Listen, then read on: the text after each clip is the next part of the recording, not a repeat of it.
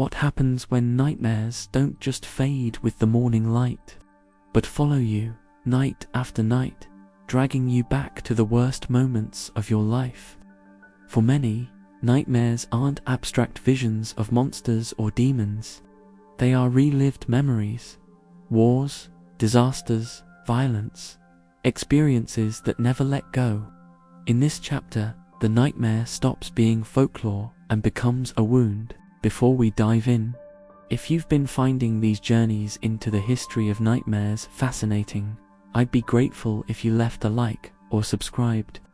It helps these echoes travel further into the dark and keeps this series alive. Now, let's step into the battlefield of the sleeping mind.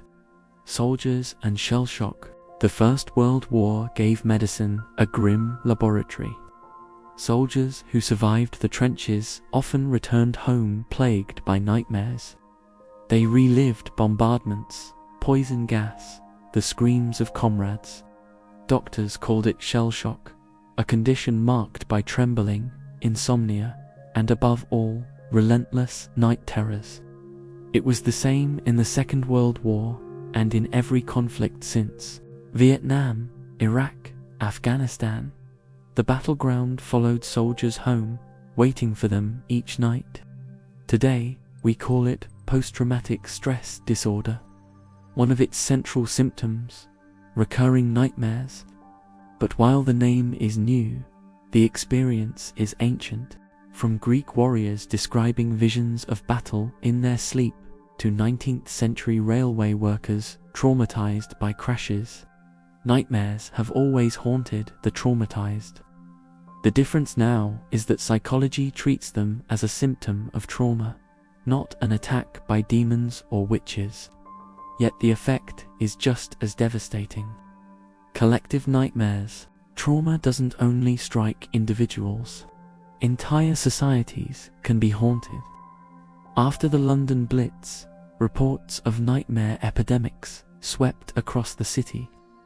Survivors of Hiroshima and Nagasaki described radioactive shadows not only on the walls, but in their dreams.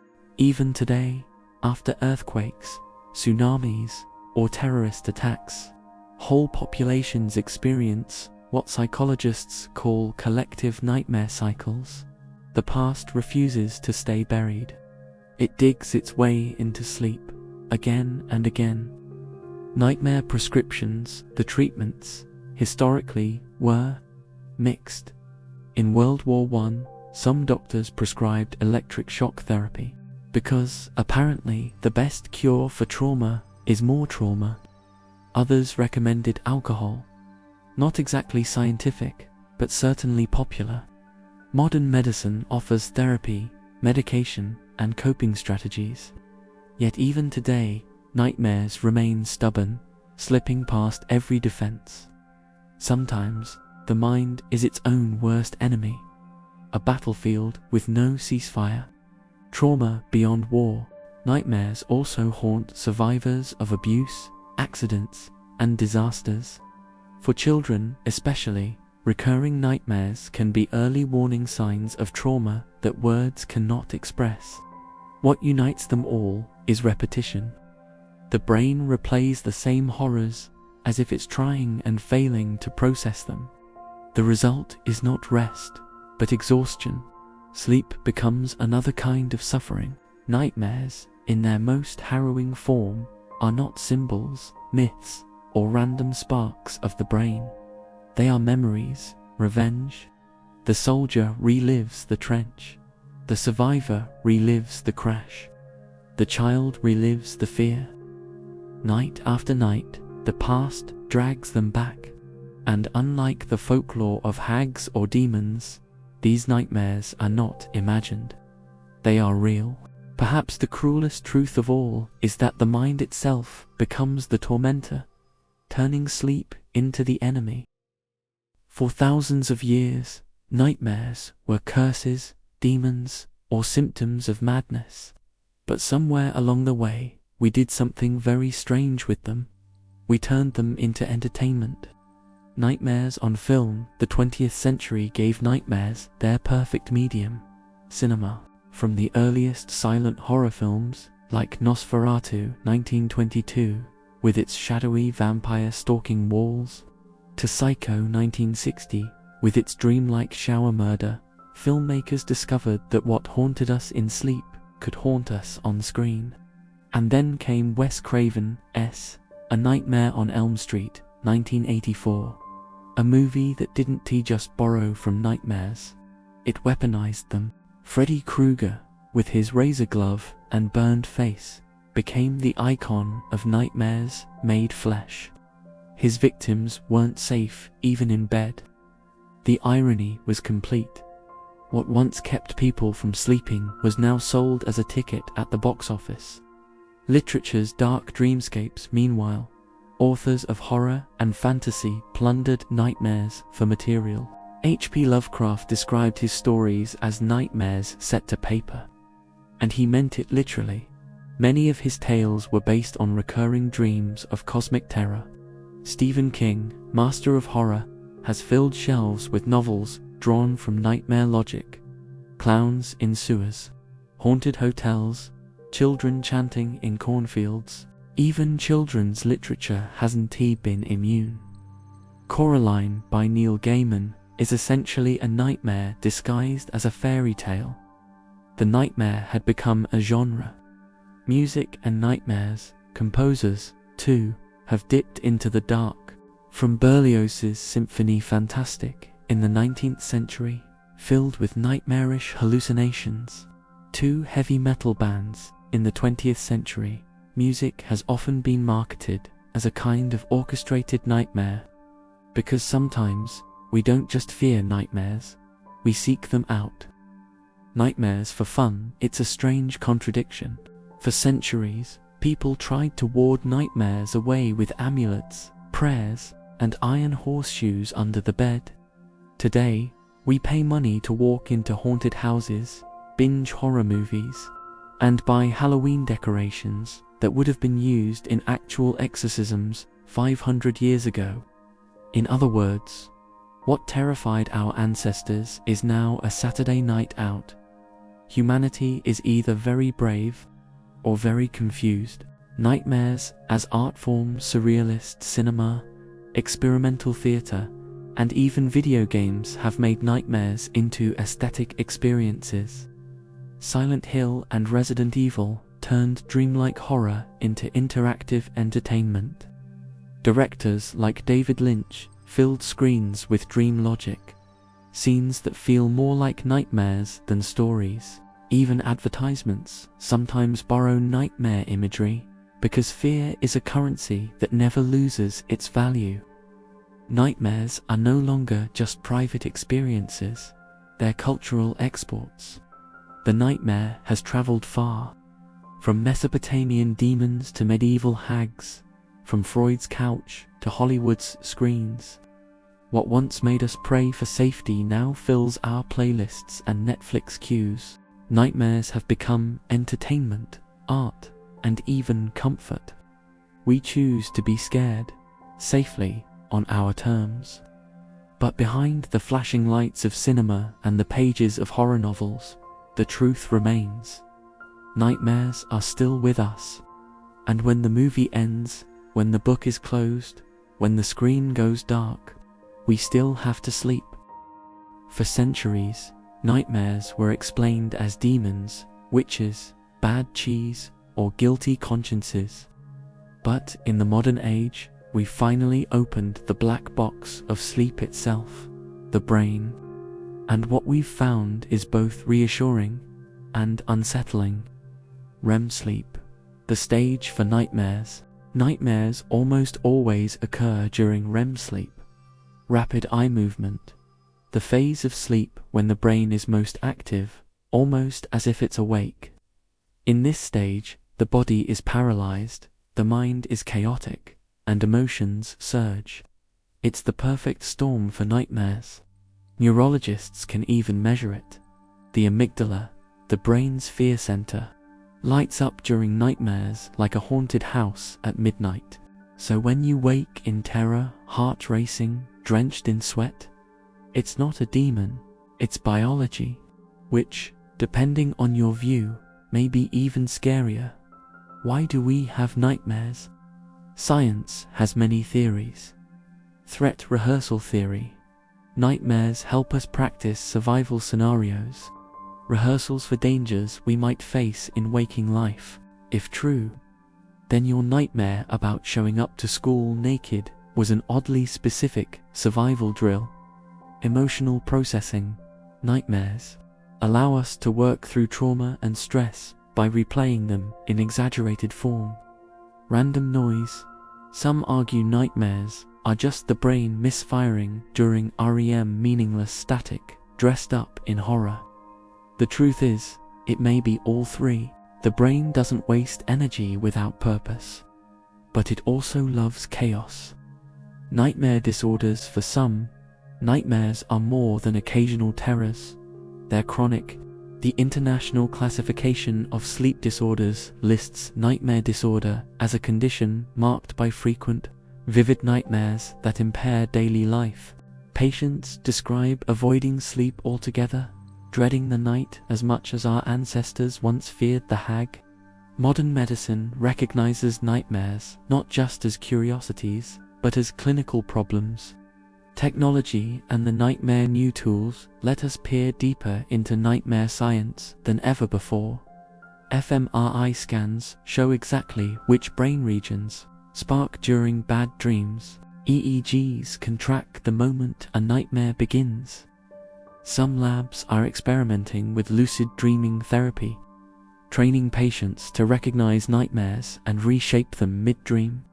In other words, we may one day edit our nightmares like film reels, splicing out the hag, the shadow, the demon. Though knowing humanity, someone will probably just use it to add more monsters. Collective nightmares in the modern age. Nightmares today aren't just private experiences. Global events ripple into our sleep. After 9/11, psychologists documented a surge of nightmares across America. Planes crashing, buildings falling, endless fire. During the COVID-19 pandemic, studies recorded an epidemic of pandemic dreams, faceless crowds, swarms of insects, invisible threats. It seems the collective subconscious is still alive, still shaping our nights in response to shared fear. The app for that, of course. We live in the 21st century, which means there are now apps claiming to cure nightmares. Slip on a headset, listen to soothing tones, and no demons tonight. It's progress, sure, but part of me suspects the Mara, the old hag, and Freddy Krueger are rolling their eyes from the shadows. Modern science has given us remarkable insight into nightmares. We can measure them, diagnose them, even attempt to reprogram them. But despite all our technology, the experience itself hasn't changed. The crushing fear, the racing heart, the sense that something is in the room with you. It is the same terror described on Mesopotamian tablets 4,000 years ago. Perhaps the real lesson of science is not that we've solved nightmares, but that we've confirmed how deeply human they are. A feature, not a bug. A shadow stitched into the fabric of sleep. For thousands of years, nightmares have stalked humanity. Demons in the dark, witches on the chest, trauma replayed in endless cycles. We've blamed gods, blamed cheese, blamed the mind itself. But what happens when we stop blaming and start controlling? Dream recording and AI. Researchers are already experimenting with dream decoding technology. Using brain scans, they can predict with surprising accuracy the images a person is dreaming about. It's crude for now, blurry outlines, vague shapes, but it hints at something astonishing: the ability to record dreams. Imagine a future where your nightmare can be played back on a screen, studied like a crime scene. Would it lose its power, or become even more terrifying once it's real? And with AI advancing, Some scientists speculate about externalizing dreams into VR landscapes, walking through your nightmare as if it were a video game, a bold therapy tool, or a bad idea waiting to happen. Lucid dreaming technology, the pursuit of lucid dreaming, becoming aware you, redreaming and controlling it, has fascinated humanity for centuries. Now, with neurofeedback, VR headsets, and even electrical stimulation of the brain, scientists are trying to make lucidity common. Imagine being able to summon a sword and chase the hag away, or rewrite the nightmare's ending in real time. Of course, given human nature, most people will probably just use it to fly naked over their old high school, but still progress. Pharmaceutical nightmares. On the medical side, drugs are being tested to reduce or suppress nightmares, especially for PTSD sufferers. Some aim to dampen the emotional intensity of dreams, turning the nightmare into something muted, almost boring. But others argue that nightmares have value. They are warnings, coping mechanisms, rehearsals. If we erase them entirely, do we lose something vital? It's the same debate we've had since Freud. Are nightmares curses, or are they necessary? Nightmares as entertainment. The next step. If cinema, literature, and video games have already mined nightmares for content, what happens when technology can make your nightmares shareable? A world where people upload their worst dreams to streaming platforms, where nightmare VR experiences become the next horror genre, where the monsters in your sleep go viral. We've already turned fear into an industry. Nightmares could be its next currency. Nightmare DLC, it's not hard to imagine. You wake up, check your phone, and there it is. Download the latest Nightmare expansion pack. Only $4.99. Now with extra demons, capitalism finds a way. The eternal nightmare, but beyond the jokes and the technology, one truth remains. Nightmares are not going away. Whether we decode them, suppress them, or upload them to YouTube, they will always be with us. Because nightmares are not accidents. They are part of being human. Our brain's way of wrestling with fear, trauma, and the unknown. Even in a future where we can control every other aspect of our lives, sleep will remain the one frontier where control slips away. And perhaps that's why nightmares endure. They remind us that no matter how much progress we make, we are still fragile, still vulnerable, still creatures of the dark. The nightmare has traveled from ancient clay tablets to modern brain scans, from witches to Freud, from Fuseli's painting to Hollywood's splatters. It has never stopped evolving, because we have never stopped dreaming. And in the future, as we invent new ways to confront, suppress, or even share our nightmares, one thing will remain the same. When you close your eyes, the night is waiting. Thank you for joining me on this journey through the history of nightmares. If you've enjoyed this series, consider leaving a like or subscribing to Echoes After Dark. It helps these stories carry further into the night, and ensures that when the next echo calls, you'll be here to hear it.